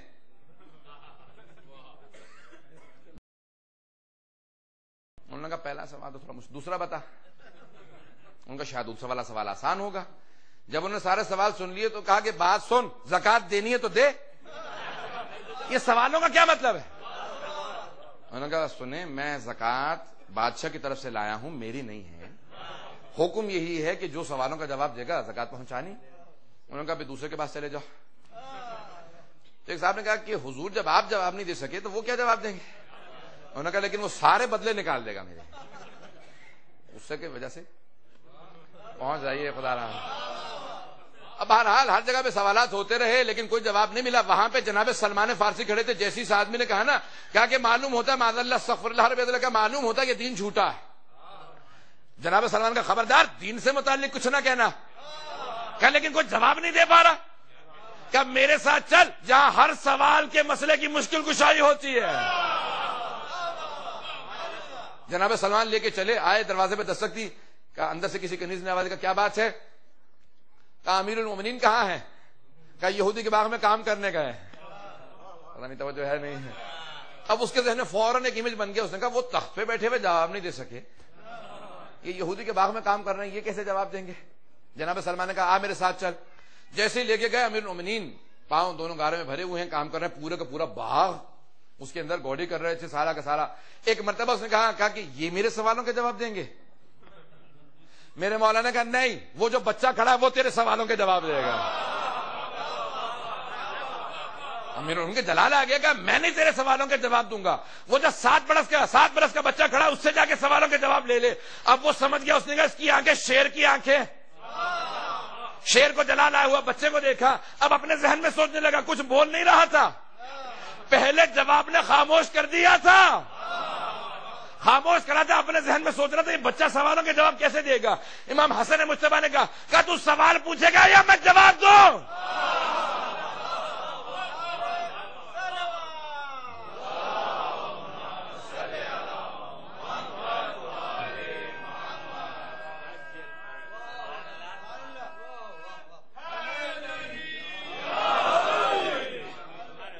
آپ نے فرمایا تو سوال کرے گا میں جواب پہلے دوں؟ کیا بتائیے میرا سوال کیا ہے؟ مولانا کا تیرے 10 سوال ہیں، پہلے سوال کے 3 حصے ہیں۔ امام نے ایک ایک سوال کا بڑی متانت کے ساتھ جواب دیا۔ ایک مرتبہ قدموں میں گر گیا، بچے کے قدموں کے بوسے دینے لگا، کہا میں گواہی دیتا ہوں اگر روئے زمین پہ کوئی حجت خدا ہے تو یہ بچہ ہے۔ سمجھو چاہوں گا، اس نے کہا یہ بچہ حجت خدا ہے۔ فوراً امام حسن مجتبیٰ نے کہا میرے بابا مجھ سے بہتر ہے۔ گواہی دینی تھی امامت کو، گواہی دینی تھی امامت کی۔ فوراً گواہی دی، کہ خبردار، کہ آج کے بعد سے آپ کو یہودی کے باغ میں کام کرنے کی ضرورت نہیں رہے گی۔ مولانا نے کہا کیوں؟ کہ اتنا سونا دے کے جا رہا ہوں۔ تھا فوراً آواز دی کہ بیٹا حسن مجتبیٰ جائیں جا کے فقراء مدینہ کے اندر ساری زکات تقسیم کر دیں۔ کہا یہ تقسیم کرنے کی کیا ضرورت ہے، آپ کو کام نہیں کرنا پڑے گا۔ مولانا نے کہا تو کیا سمجھ رہا ہے میں مجبوراً کام کر رہا ہوں؟ کہا یہ مجبوری نہیں ہے، اختیار کے ساتھ ہے، یہ کائنات کا نظام میری انگلیوں پہ چلتا ہے۔ اب وہ سمجھ گیا، اس نے کہا کہ نہیں میں کہیں ایسی جگہ پہ آیا ہوں کہ جہاں اللہ نے جو حجت بنا کے بھیجا ہے بنا۔ واپس گیا، کہا کہ وہ تو ایسی سی مثالیں ہیں وہاں کہ میں نے رسول خدا کو نہیں دیکھا، لیکن دیکھ کے بتا رہا ہوں کہ آل یہ رسول خدا کی آل ہے۔ اللہ اکبر۔ یہ اہل بیت علیہ السلام ہیں کہ 5ویں امام فرماتے ہیں، کہا کہ اگر رسول خدا نے یہ کہا ہوتا نا، رسول خدا نے کیا فرمایا گا؟ قرآن کی آیت ہے قُلْ لَا أَسْأَلُكُمْ عَلَيْهِ أَجْرًا إِلَّا الْمَوَدَّةَ فِي الْقُرْبَى، میری آل سے صرف مودت رکھنا، محبت کرنا، اتنی محبت دینا کہ جتنی تم اپنی اولاد کو نہیں دیتے۔ کہا اگر رسول خدا نے یہ آیت نہ پڑھی ہوتی اور کہا ہوتا نہیں میری آل پہ ظلم کرنا، تو کہا تب بھی اتنا ظلم نہیں کر سکتے تھے جتنا محبت کے تقاضے پہ کیا۔ بہت بڑا جملہ ہے مولا کا، بہت بڑا جملہ، 5ویں امام کا جملہ۔ فرماتے ہیں ابھی تو محبت کا کہا تھا نا کہ مودت کرنا، کہا اگر کہا تھا نہ محبت نہیں ظلم کرنا، کہا پھر بھی اتنا ظلم نہیں معاذ اللہ کر سکتے تھے کہ اگر معاذ اللہ رسول خدا نے کہا نا ظلم، کہا کہ آپ نے فرمایا کہ پھر بھی اتنا نہیں ظلم کر سکتے تھے جتنا مودت کے تقاضے پہ کیا۔ اب سوچے کتنا ظلم کیا ہوگا۔ اب کل یکم سفر میں انشاءاللہ کل پیش کروں گا دربار میں ورودی۔ یکم سفر کو شام میں بیویاں داخل ہوئی تھی، بیویوں کا شام میں آنا میں کل پیش کروں گا۔ مصائب بہت اہل بیت کا، مجھے مصائب میں کبھی بھی کوئی تنگی نہیں ہوتی ہے، بلکہ انتخاب کرنا پڑتا ہے کہ کتنے تفصیلی مصائب ہیں اہل بیت کے، کن کن مصائب کو پڑھوں کن کن کو چھوڑ دوں۔ کبھی بھی اہل بیت کے مصائب میں بخل نہیں کرنا چاہیے، نہ پڑھنے میں نہ رونے میں۔ جن کے اتنے فضائل تھے ان پہ اتنے مصائب آئے ہیں۔ اللہ اکبر۔ پروردگارا غارت کر دے ان سب کو۔ اس لیے مصائب اہل بیت میں بخل نہیں کرنا چاہیے، نہ کبھی رونے میں نہ پڑھنے میں۔ آئندہ 2 جملے پیش کروں گا۔ میں بہت سوچ رہا تھا، میں نے کل کیونکہ کسی نے جس نے مجلس اسپانسر کی تھی یہی کہا تھا جناب عباس کر، میں نے بھی کہا تھا پہلی مرتبہ میں ذریعے کے سامنے آیا ہوں اسی لیے پیش کروں گا۔ آج ذرا آئیں اسی وفا کے پیکر کی بھتیجی کے چند جملے سنیں۔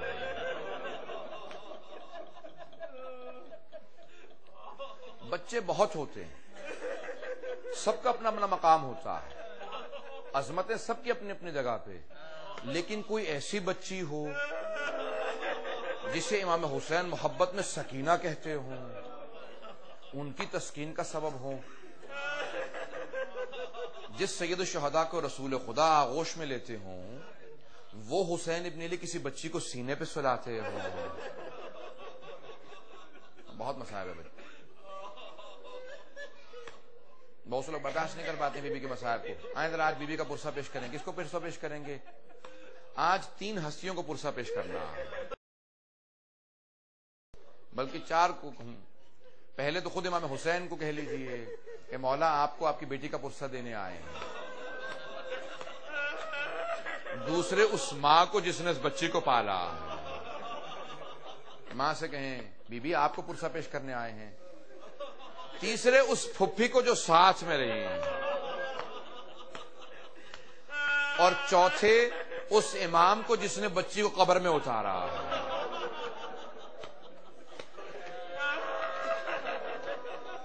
اس سے پہلے کہ میں سوال آپ کے سامنے پیش کروں، ایک سوال کروں گا.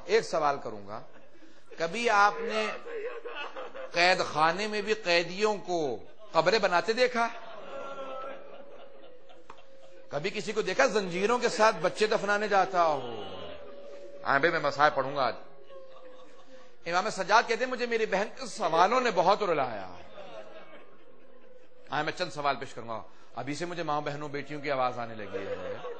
میں ماؤں سے بہنوں سے بیٹیوں سے کہوں گا آپ سے. ابھی آپ نے صرف چند جملے سنے، آپ سے برداشت نہیں ہو رہے. اب اس بیوی سے پوچھئے جس نے آنکھوں سے دیکھا تھا، اس ماں سے پوچھئے جس نے آنکھوں سے دیکھا تھا.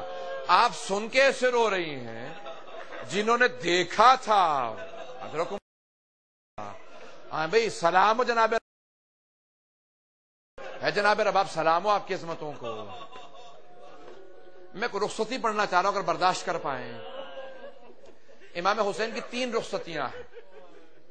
ایک بیٹے سے امام سجاد سے، دوسری بہن سے ہے جناب زینب کبریٰ سے، اور تیسری 4 برس کی بچی سے. رخصتی کے چند جملے سن لیجئے.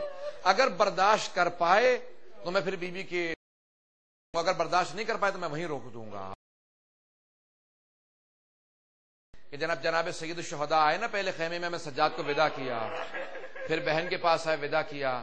پھر روایت کے الفاظ ہیں امام حسین علیہ السلام خیمے سے باہر نکلے، نظر یمینا و شمالا، پہلے دائیں طرف دیکھا پھر بائیں طرف دیکھا، پھر بڑی حسرت کا نعرہ بلند کیا کہ او عباس، او علی اکبر، میں نے تم سب کو سوار کرایا تھا، مجھے کوئی سوار کرانے والا نہیں ہے. حتیٰ سنی مورخین نے لکھا، شیعہ نہیں صرف سنیوں نے بھی لکھا ہے. وہ کہتے ہیں کہ ایک بہن برقعے میں باہر نکلے، بھائی کا بازو پکڑا کہ بھیا میری زندگی میں مت کہیے گا کوئی سوار کرانے والا نہیں ہے، میں آپ کو گھوڑے پہ سوار کراؤں گی. بازو پکڑا کہ بھیا میں سوار کراؤں گا. اجرکم اللہ، اجرکم اللہ. بس سید الشہداء نے ایک مرتبہ زلجنہ سے ایڑ لگائے، لیکن زلجنہ بے زبان جانور آگے نہیں بڑھتا. کیا زلجنہ کہ تو نے بھی میرا ساتھ چھوڑ دیا؟ بے زبان جانور تھا، سر کو جھکا دیا. بس جملوں کو سنیں گے. میری طرف دیکھیے گا، 2 جملوں کی زحمت دوں گا آپ کو اگر سب میری طرف دیکھ سکیں. روایت کے الفاظ ایک مرتبہ جھک کے جب زلجنہ نے سر کو جھکایا نا، میرے مولا نے دیکھا کہ زلجنہ کے قدموں سے ایک 4 برس کی بچی لپٹی ہوئی تھی. میرے مولا سے برداشت نہ ہوا، فوراً زلجنہ سے اترے، بچی کو پاس بلایا. اسی سال میں نے مقتل میں ایک جملہ پڑھا ہے. میں بے انتہا مقتل مطالعہ کرتا رہتا ہوں، دیکھتا رہتا ہوں. ایک جملہ میں نے سال پڑھا ہے، بڑا سخت جملہ ہے، اگر برداشت کر سکے جملے سنیے گا. میرے مولا نے بہت زور سے بیٹی کو گلے سے لگایا، بہت زور سے گلے سے لگایا، پھر بلند آواز سے رونے لگے. بچی کو پیار کرتے جاتے تھے اور ایک جملہ کہا. وہ جملہ میں نے اس سے پہلے نہیں پڑھا تھا، شاید کبھی سنا میں نے نہیں پڑھا تھا. میرے مولا نے جملہ کہا کہ بیٹی مجھ پہ، بہت سخت جملہ ہے، کہا بیٹی سب سے زیادہ مجھ پہ رونے کا حق تجھے ہے، سب سے زیادہ. کہا کہ تو میرے سینے پہ سوتی تھی، سب سے زیادہ رونے کا حق آپ کو میری لختے جگر. بچی نے رو کے سوال کیا، کہا بابا کہاں جا رہے ہیں؟ بابا کہاں جا رہے ہیں؟ کہا بیٹی میں پانی لینے جا رہا ہوں. کہا بابا جب سے چچا عباس گئے ہیں نا میری پیاس بجھ گئی ہے. بابا مجھے پیاس نہیں ہے، مت جائیے. بابا جو پانی لینے جاتا نا وہ واپس نہیں آتا، بابا مت جائیے.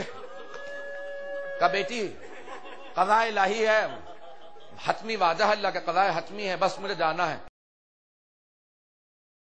بیٹوں کے بھی حق ہوتے ہیں، بیٹیوں کے بھی حق ہوتے ہیں. کہا بابا بیٹوں کو ساتھ لے گئے. بابا میرا کیا حق بنا, میرے حق میں کیا آیا؟ روایت کے الفاظ ہیں سید الشہداء نے خاک کربلا اٹھائی, جناب سکینہ کے سر میں ڈال دی. جیسے سر میں خاک ڈالی, بیوی نے رو کے کہا بابا یہ کیا کیا آپ نے؟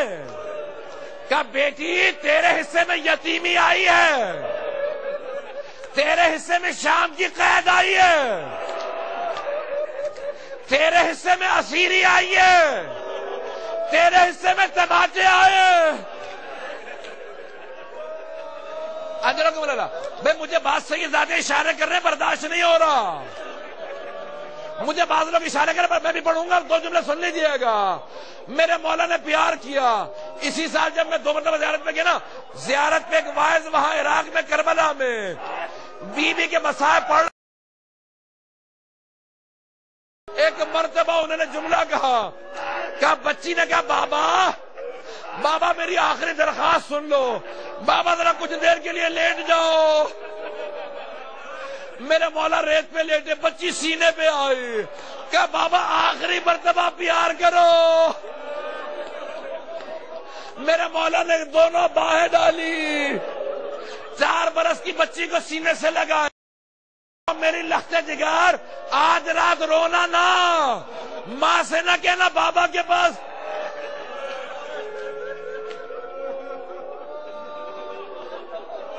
اجرکم اللہ, اجرکم اللہ. آپ تو برداشت نہیں کر پا رہے, میں تمہیں پڑھنے والا تھا. میں تو سنیں گے بھی مسائل, میں روکنے والا نہیں ہوں مسائل کو, مجھے معاف کیجئے گا, سنیں گے الفاظ کو. جب جناب مسلم کی شہادت کی خبر آئی تو رک کے سن لیجئے گا. جب جناب مسلم کی شہادت کی خبر آئی تھی نا, تو مورخین نے لکھا ہے کہ سید الشہداء نے فوراً جناب زینب کو بلایا, کہا بہن زینب ذرا میری بہن رقیہ کو بلا دو. جب جناب رقیہ آئی نا تو اپنی بیٹیوں کو ساتھ لے کے آئیں. 2 بیٹیاں تھیں جناب مسلم کی, جناب رقیہ کی, جناب عاتقہ اور جناب حمیدہ خاتون. ایک 11 برس کی, ایک 7 برس کی. جیسی بچیاں آئیں نا تو میرے مولا نے فوراً سر پہ ہاتھ رکھا. ہاشمی بچیاں تھی, سمجھ گئیں. کہا ماموں ہمارے بابا کی خیریت ہے؟ کہا بیٹی آج سے میں تمہارا بابا ہوں. کہا بہن جناب زینب سے کہا بہن زینب ذرا مجھے میری صندوقچی لا دو. روایت کے الفاظ ہیں میرے مولا نے خود سے صندوقچی سے 2 بالیاں نکالی, جناب عاتقہ کے کانوں میں پہنائی. جیسی بالیاں پہنائی نا تو راوی کہتے 4 برس کی بچی کھڑی دیکھ رہی تھی. وہ سمجھ گئی جب کوئی یتیم ہوتا ہے سر پہ شفقت کا ہاتھ رکھا جاتا ہے, کانوں میں نئی بالیاں پہنائی جاتی ہے. جب شام غریبہ آئی, اب بچی انتظار میں تھی, میرے کوئی سر پہ ہاتھ رکھے گا, مجھے کوئی نئی بالیاں پہنائے گا. اتنے میں شمر آیا, جب بی کے سر پہ ہاتھ, بی کے بالوں کو چھڑانا مشکل ہو گیا. جب بالیاں نچی, ایک مرتبہ بچی نے فرات کا رخ کیا, کہا چچا عباس,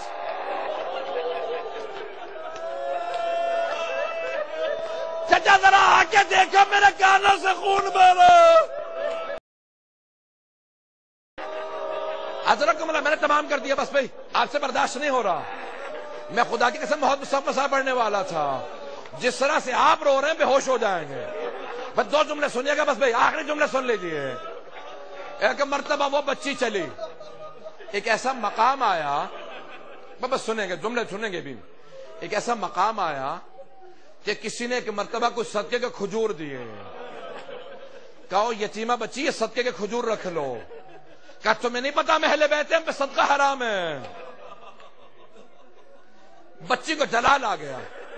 کہا پھوپھی اماں جب میرے بابا مجھے سینے پہ سلاتے تھے نا تو انبیاء کے قصے سناتے تھے. پھوپھی اماں میرے بابا نے مجھے ایک مرتبہ سنایا تھا, گزشتہ انبیاء میں ایک نبی صالح گزرے, ان کی ایک اونٹنی تھی, اونٹنی کا ایک بچہ تھا, امت نے اونٹنی کو قتل کر دیا تھا. بچے نے پہاڑ پہ جا کے بددعا کی. پھوپھی اماں میرے بابا بتاتے تھے اللہ نے اس بچے کی بددعا کو سنا, اس امت پہ عذاب نازل کر دیا. پھوپھی اماں مجھے یہ بتائے اس اونٹنی کے بچے کا مقام زیادہ تھا یا میرا مقام زیادہ ہے؟ پھپھی اماں میں بد دعا کروں گی، آپ آمین کہیے گا۔ میں بچی کو جلا لایا ہوا ہے۔ جناب زینب نے ایک جملہ کہا، بی بی بد دعا سے پہلے بابا کے سر کو دیکھ لینا۔ میرے مولا کی آنکھوں سے آنسو جاری ہوئے کہ سکینہ بد دعا نہ کرنا۔ اجرکم اللہ، تمام کر دیا میں نے، تمام کر دیا۔ بس بھئی ایک وقت آیا، نہیں پڑھوں گا میں شہادت۔ بس بھئی ایک وقت آیا کہ روتے روتے شام کے دربار میں سو گئیں، شام کے زندان میں سو گئیں۔ روایت کے الفاظ ہے، بی بی نے خواب میں کیا دیکھا؟ سوگنا مال محمد مایت الاجتہادی نے لکھا ہے کہ 4 برس کی بچی نے خواب میں دیکھا امام حسین تشریف لائے۔ فوراً امام حسین نے کہا بی بی میری گود میں آ جاؤ۔ مولا نے گود میں لیا، سینے سے لگایا، کہا بابا اب مجھے چھوڑ کے نہ جائیے گا، بابا شمن نے مجھے بڑے تماشے لگائے، کہ بابا شمن نے مجھے بڑے تماشے لگائے، بابا میں نے چچا عباس کو بہت پکارا۔ بس ایک مرتبہ بی بی روتے روتے آنکھ کھلی کہ اماں میرے بابا بھی یہیں تھے، میرے بابا نے مجھے سینے پہ سلایا تھا، مجھے لے کے جا رہے تھے، میرے بابا کہاں ہے؟ اب ساری بی بی رونے لگی۔ یزید ملعون کی آنکھ کھلی، کہ کیا بات ہے، یہ بیویاں کیوں رو رہی ہیں؟ کہ ایک 4 برس کی بچی ہے، وہ اپنے بابا کو پکار رہی ہے، کہ کون ہے اس کا بابا؟ کا حسین، کہ جا کے حسین کا سر دے دو۔ ایک مرتبہ ایک پشت میں سید الشہداء کے سر کو رکھا، ایک کپڑا ڈال دیا گیا، جیسے ہی ظرف لے کے آئے بی بی سمجھی شاید کوئی پانی لایا ہے، کہ اب مجھے پیاس نہیں ہے۔ ایک ملعون نے کپڑا ہٹایا، میری بی بی نے سر کو دیکھا، کچھ دیر روتی رہی، پھر آگے بڑھی، سر کو اٹھا کے سینے سے لگایا، کہا بابا جب خیمے سے گئے تھے آپ کی رگیں کٹی ہوئی نہیں تھی، بابا یہ کس نے رگوں کو کاٹ دیا؟ روایت کے الفاظ ہے، بی بی روتے روتے گریا کرتے بے ہوش ہو گئی۔ جیسی بے ہوش ہو کے گری، جناب رباب آگے بڑھی، جناب زینب نے ہلا کے دیکھا کہ رباب اب سکینہ ہمارے ساتھ نہیں ہے۔ ایک مرتبہ میں سجاد کو آواز دی کہ سجاد کیسے غسل دے؟ امام سجاد نے کہا پھپھی اماں کرتا نہ اتاریے گا، پورے جسم پہ اتنا زخم ہے۔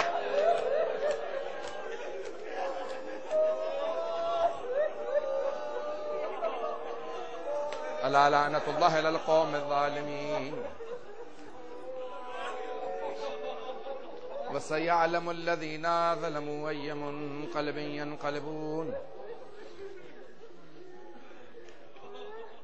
بس بیبی تک میں دیکھ رہا ہوں، لوگوں سے برداشت نہیں ہے۔ آئیں ہاتھوں کو بلند کریں گے۔ میں ہمیشہ واسطے دے کے دعا کیا کرتا ہوں، پروردگارا تجھے واسطہ زندان کی اس قبر کا جس کو ایک بھائی نے بنایا۔ جب امیر المؤمنین جناب سیدہ کو دفنانے کے لیے جنت البقیع میں کھڑے تھے نا، یا گھر میں، تو آپ نے آواز دی کہ یا رسول اللہ اپنی امانت کو واپس لے لیجئے۔ روایت کے الفاظ ہیں کہ 2 ہاتھ بلند ہوئے، امیر المؤمنین نے لاشا دیا کہ یا رسول خدا آپ کی امانت آپ کے پاس ہے۔ پھر ایک جملہ کہا کہ یا رسول خدا یہ وہ زہرا نہیں جو آپ نے دی تھی، ان کا پہلو شکستہ۔ میرا دل کہتا ہے بے عین ہی امام سجاد نے کہا ہوگا او 72 کے عزادار بابا اپنی سکینہ کو واپس لے لو۔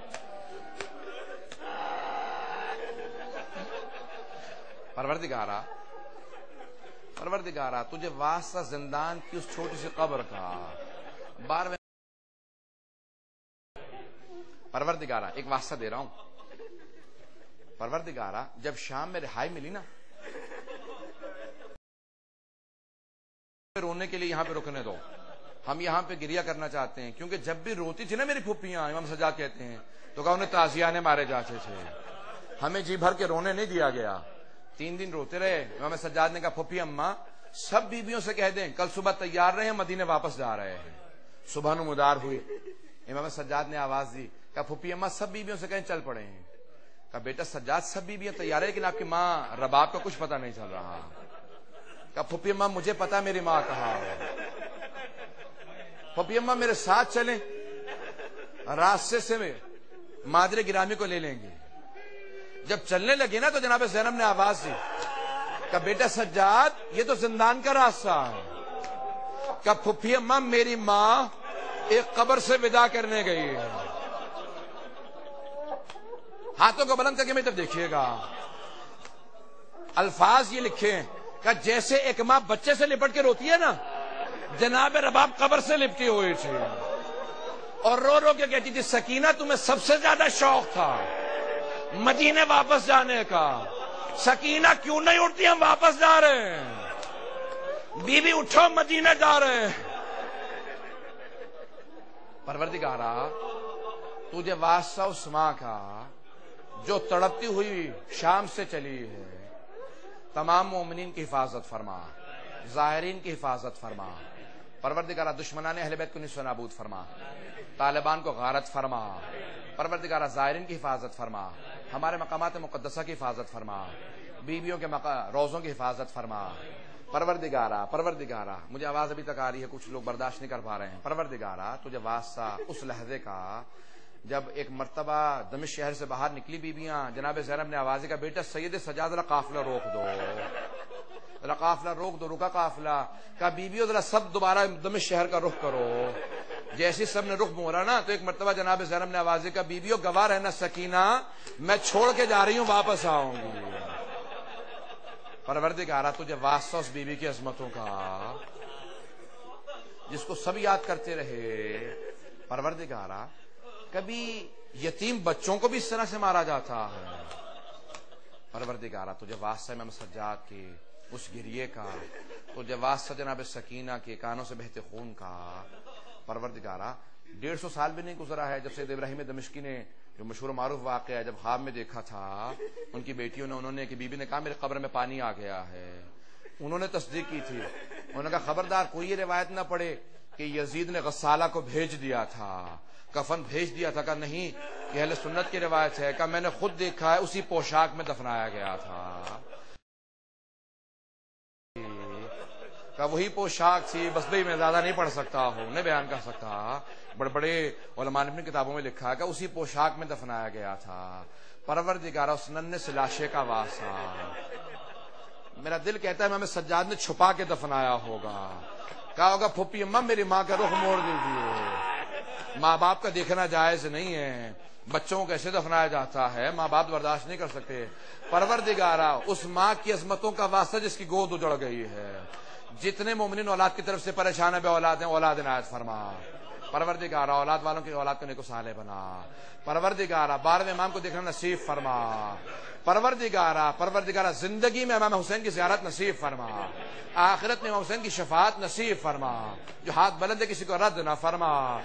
پروردگارہ تجھے واسطہ ہے, میں ہمیشہ کہا کرتا ہوں جب بھی علم اٹھاتے ہیں نا تو اس پہ آپ مشق لگا دیتے ہیں تاکہ جناب سکینہ کی یاد تازہ ہو.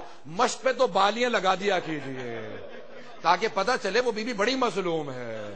ایک جملہ کہوں گا, سخت ہے, مجھے معاف کیجیے گا اگر برداشت نہ ہو. کبھی بھی آپ زیارت پہ جائیں, بہت سے لوگ زیارت پہ جانے والے ہیں, سونے چاندی کی زری دے کے دھوکہ نہ کھائیں, روشنی دے کے دھوکہ نہ کھائیں. زخمی ہیں وہ, بڑے زخمی لاشیں ہیں, کوئی دھوکہ نہ کھائے کہ ظلم نہیں ہوا. پروردگارہ زخمی لاشوں کا واسطہ, ان پامال ہوئے لاشوں کا واسطہ 12ویں امام کے ظہور میں تعجیل فرما. ربنا تقبل منا انك انت السميع العليم. ماتم حسین.